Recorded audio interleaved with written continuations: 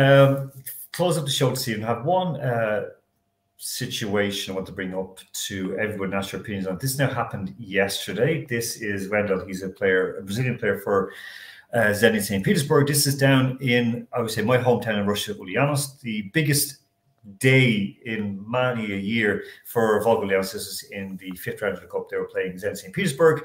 Volga, of course, they're in the 1st division. This is the homeland. They're called Ulyanovsk because it's named after Vladimir Lenin. He's Vladimir Ulyanov. That is, of course, Ulyanovsk. So basically, he's walking on the pitch after being substituted. Zenit were winning 3-0, and some clown in the crowd threw a banana, as you see here, at his foot, his right foot. He's walking off the field.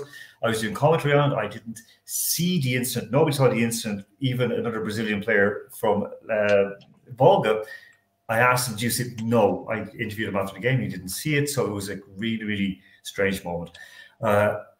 Volga came right out and said, "This is a disgrace. We're going to get this person. We're going to ban them for life. This is not our club," because, of course, Volga are very much. Ulyanovsk is a mixed city. You've got a whole range of. You've got a Lutheran church. You've got a Catholic church. You've got a number of mosques of different strands, I should say, or groups within Islam. You've got Orthodoxy and so on. And this is a very, very multicultural city out on the Volga. Has always been that way, and continues that way. And the club is the same.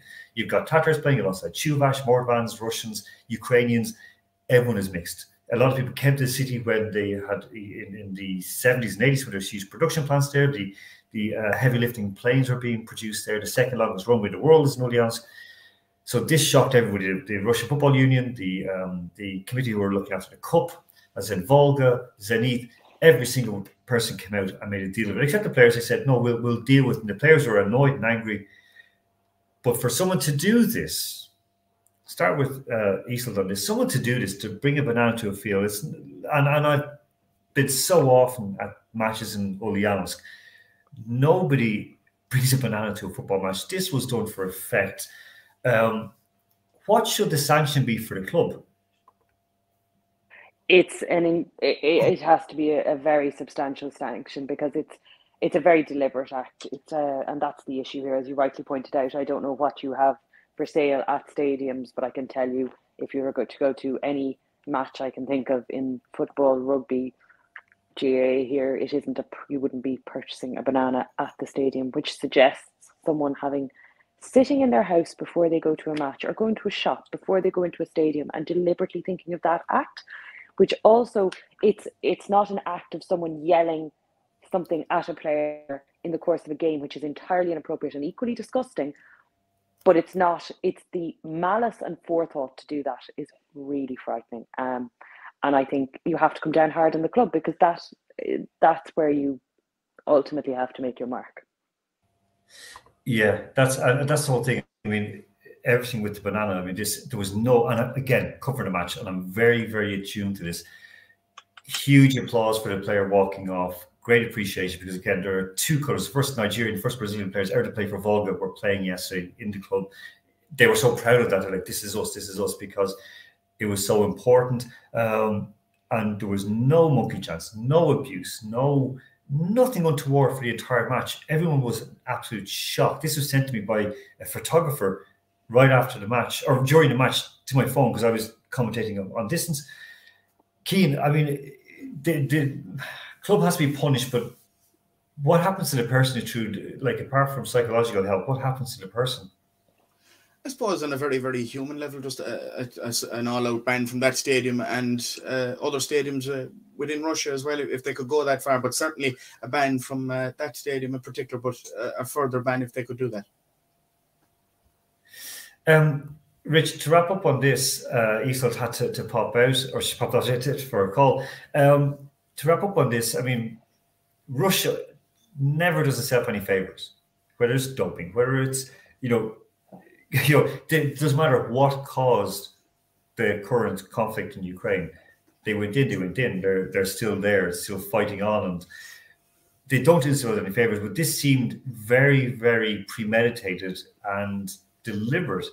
Why would someone do that other than to look for attention or to disgrace the club or disgrace Russia? I think it's not even, you might disagree with me, Alan, but I don't even know if it's a Russian thing, to be honest, because funnily enough, we're having a conversation about this with one of my pals the other day when we were walking home from Sheffield United match. Football stadiums, to me, now seem to have become a little bit like Twitter in that people think that once they've gone inside a stadium, they can just act, say, and abuse whoever they want. And there seems to be very little policing or stewarding now where people get kicked out for doing anything.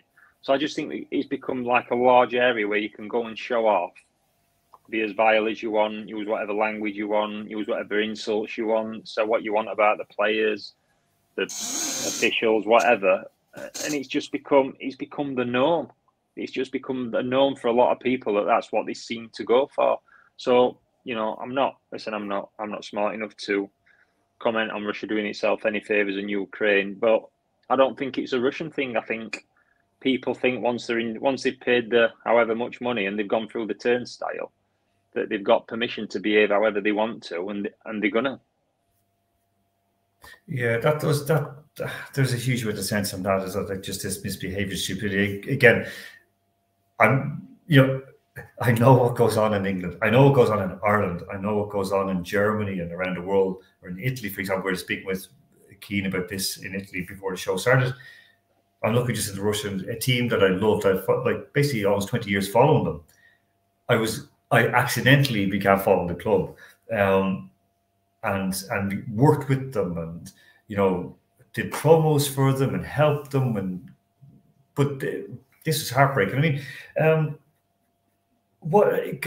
Keane, I'll ask you, and we'll finish up with Rich, and we'll finish up the show. Keane, in this sense, what can a club do to try and educate people, even though, it's kind of like just putting a plaster over a tiny little spot that, was created by one gobshite, sorry. Absolutely, but I don't think a club should be the ones to educate.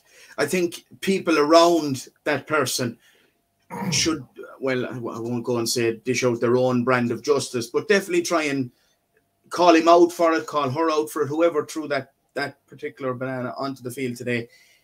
It definitely has to be looked at by other people. I don't think the emphasis has to fall onto the club, because, I mean, you can't control who comes in the turnstiles, as Rich has said. You cannot control who comes in the turnstiles. It's down to yourself. Look, if you're going to do that on a football field, I'd love to see what that particular person is like at work, what that particular person was like at school, what's that particular person like in family life. It's definitely reflective of that person, because I wouldn't even dream of doing something like that. I know the reaction if I even attempted to do something like that here in Ireland. There would be war over it, definitely in my locality anyway. Rich, same question to you. I mean, people come through the turnstiles, they want to get a bit of attention, they want to make a statement. Before I finished off, back in July in 2011, I was down when Volga beat on penalties, 8-7 on penalties, and the goalkeeper actually scored a winning penalty. They beat Gazvik Orenburg to go through to meet a couple of weeks later Angie Mahachkala, who at the time were on their uppers. They had Roberto Carlos. This is when Angie had money, and they had a lot of money. And Angie went down and beat Volga also 3-0. But this was like, I spoke with, at the time it was Moscow News. I spoke with Moscow News. I said, and Moscow Times. And then they were actually publishing in paper. And I said to them, with a number of other people as well from Russia today, I said, look, you should go and cover this. This is going to be huge. It's going to be massive. And Ulyanovsk and so on and so forth. Of course, there's pride for myself as well. And the one thing that was said to me by a guy from Moscow News, who's the editor, an English guy, said, well, look, it was going to be some sort of racist incident because Ulyanovsk is such a depressed city, it's so bad. Then we go down with that angle. So they were almost wanting something to break out, to have something to write about. And that's exactly, and I have the email still, this is what they wrote back to me, and I'm like, what? This is insane. But this is what they wanted. They wanted, something that was going to shock people altogether. For me, it was embarrassing because at the time, it was a huge celebration. Even though Volga lost, Roberto Carlos, I have a picture of him, my best friend, my brother, Sergei Kuzmin, him handing over gifts of Roberto Carlos. And, and Angie still remembered as a club. Should it go in the club, or should it be something that we have a greater conversation about? I don't think you can blame the clubs. How do you blame the club for, every club's got its idiots, and whether it's kids who want to go and fight, or like I say, and listen, it's not just that banana could have just as easily been thrown by a woman or a kid. Where I sit in the stand, and even I'm next to a family stand, the stuff you hear coming out from people is just unbelievable. Unbelievable. So how do you blame for the club? There's a broad range of society that'll follow a football team. How do you hold the club responsible? Somebody who goes in. I mean, what are you going to listen? If the club send out all the stewards to stand at turnstile and give out bananas to fans because there's a black player on opposite team, that's one conversation to have. Yeah, the club are solely responsible. If there's programme notes where the manager's saying to target a black player or a player from a different area or whatever, yeah, then the club's responsible. But this, taking Sheffield United for example, there's 30,000 people there from a broad spectrum of society. How can a club be responsible for what everybody in there does? It's a bit of a nonsense, to be honest. And to me, it's just a little bit of sporting hypocrisy we don't know who to blame, so we'll find club it's somehow their fault. Well, how is it the club's fault? Yeah, but I agree with you on that. I mean, again, because it was my club, I was ashamed seeing it. I was like, oh no, because this is again the club immediately came out. This is not us. We don't want this. We don't want these people near us. But again, as you said, there's people like that. I mean, one reason why I found difficult sometimes when we go to Russian football match, you hear some of the capitals, like Moscow, for example, just picking them because they heard the fans doing it, where they're targeting other ethnic players, and they'll make these chants. For example, against Czech, like they're playing Akhmat Grozny, and they'll chant to get kind of slow anti-Chechen, like, go back to the mountains, go back and shag sheep and so on like that. They go down to Grozny and they get the same back at them for being pigs and so on. But that because they were found around a meat processing plant. So they go, you're pigs, you're meat, blah, blah, blah. So there's this kind of, not very nice, but it's a banter, but at the same time, the level that we saw like that. Alan, it happens now in England. Sheffield United played Nottingham Forest in playoffs semi-finals last year, and the chants throughout all the game was scab, because obviously Nottingham went back to the miners' strike, and they went back to work, and it was vitriolic. It was vitriolic, and it made me laugh on my way out. Like I say, I'm an old man, so I'm walking out with a few of my pals, and some fans are squaring up to each other, and this bloke's in this kid's face, you dirty scab, this, that, and other. And kid with totally straight face just went, mate, I'm 21, I weren't even born. but that's what you're dealing with, whether it's about a strike from an event 50 years ago, 30 years ago, whether it's from a war, whether it's from a religion, whether it's from the colour, you're always going to have those people who that's what they go for. They cause chaos in an empty room. That's it. And I hate to say it because it's probably not fully true.